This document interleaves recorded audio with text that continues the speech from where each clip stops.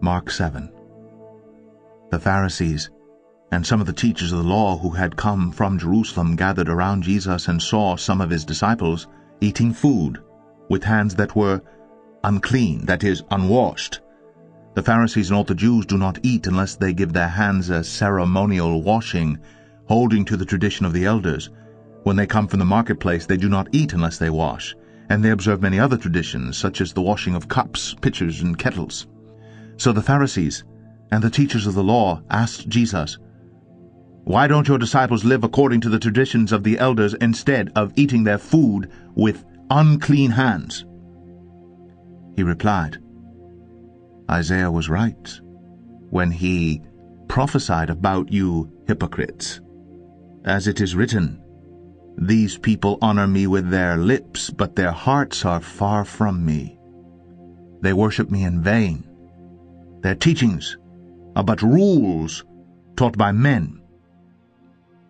You have let go of the commands of God and are holding on to the traditions of men." And he said to them, "You have a fine way of setting aside the commands of God in order to observe your own traditions. For Moses said, 'Honor your father and your mother,' and 'Anyone who curses his father or mother must be put to death.' But you say that if a man says to his father or mother, 'Whatever help you might otherwise have received from me is korban,' that is, a gift devoted to God, then you no longer let him do anything for his father or mother. Thus you nullify the word of God by your tradition that you have handed down, and you do many things like that." Again Jesus called the crowd to him and said, "Listen to me, every one, and understand this. Nothing outside a man can make him unclean by going into him. Rather, it is what comes out of a man that makes him unclean." After he'd left the crowd and entered the house, his disciples asked him about this parable.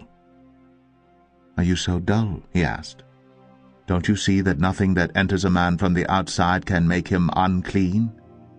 For it doesn't go into his heart, but into his stomach and then out of his body."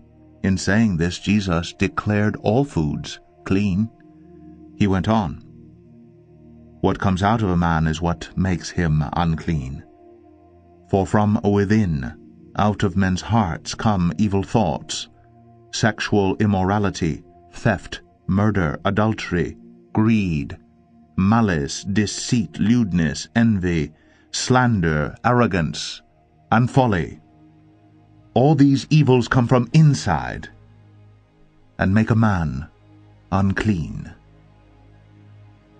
Jesus left that place and went to the vicinity of Tyre. He entered a house and did not want anyone to know it. Yet he could not keep his presence secret. In fact, as soon as she heard about him, a woman whose little daughter was possessed by an evil spirit came and fell at his feet. The woman was a Greek, born in Syrian Phoenicia. She begged Jesus to drive the demon out of her daughter. "First let the children eat all they want," he told her, "for it is not right to take the children's bread and toss it to their dogs." "Yes, Lord," she replied, "but even the dogs under the table eat the children's crumbs." Then he told her, "For such a reply, you may go. The demon has left your daughter." She went home and found her child lying on the bed, and the demon gone. Jesus left the vicinity of Tyre and went through Sidon down to the Sea of Galilee into the region of the Decapolis. There some people brought to him a man who was deaf and could hardly talk, and they begged him to place his hand on the man. After he took him aside away from the crowd, Jesus put his fingers into the man's ears. Then he spit and touched the man's tongue. He looked up to heaven and with a deep sigh said to him, "Ephphatha," which means "be opened." At this, the man's ears were opened, his tongue was loosened, and he began to speak plainly. Jesus commanded them not to tell anyone, but the more he did so, the more they kept talking about it. People were overwhelmed with amazement. "He has done everything well," they said.